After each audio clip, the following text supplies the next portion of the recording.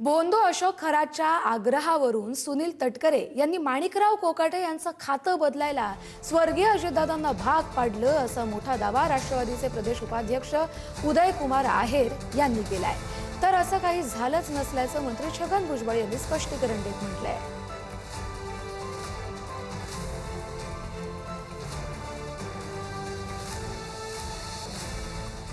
खरात हे सिन्नर तालुक्यामध्ये राहणारा व्यक्ती होता। भोंदूबाबा खरात हा सिन्नर तालुक्यामध्ये राहणारा व्यक्ती होता। माणिकराव कोकाटेंनी कधीही त्यांच्या दरबारामध्ये कोणत्याही चुकीच्या कामासाठी किंवा चांगल्या कामासाठी असेल हजेरी लावलेली नव्हती आणि माणिकराव कोकाटेंच्या विषयीचा राग हा भोंदूबाबाच्या मनामध्ये होता।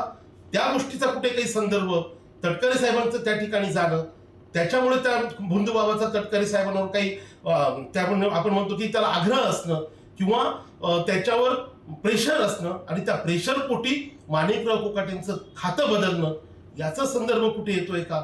आता हे सगळे प्रश्न आमच्या मनामध्ये कुठेतरी चेन जोडल्यापासून येत आहेत। तर ते फार चुकीचं आहे, असं काही नाही। आणि सुनील तटकरे हे सुद्धा एक मॅच्युअर्ड नेते, अध्यक्ष राहिलेले आहेत कित्येक वर्ष आमच्या पक्षाचे।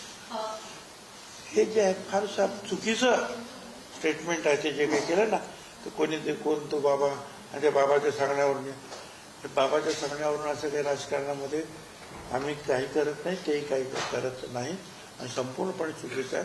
कुणीतरी असं करून कोणाचं तरी काहीतरी अतिशय थोडक्यात मी सांग अतिशय बालिश स्टेटमेंट आहे।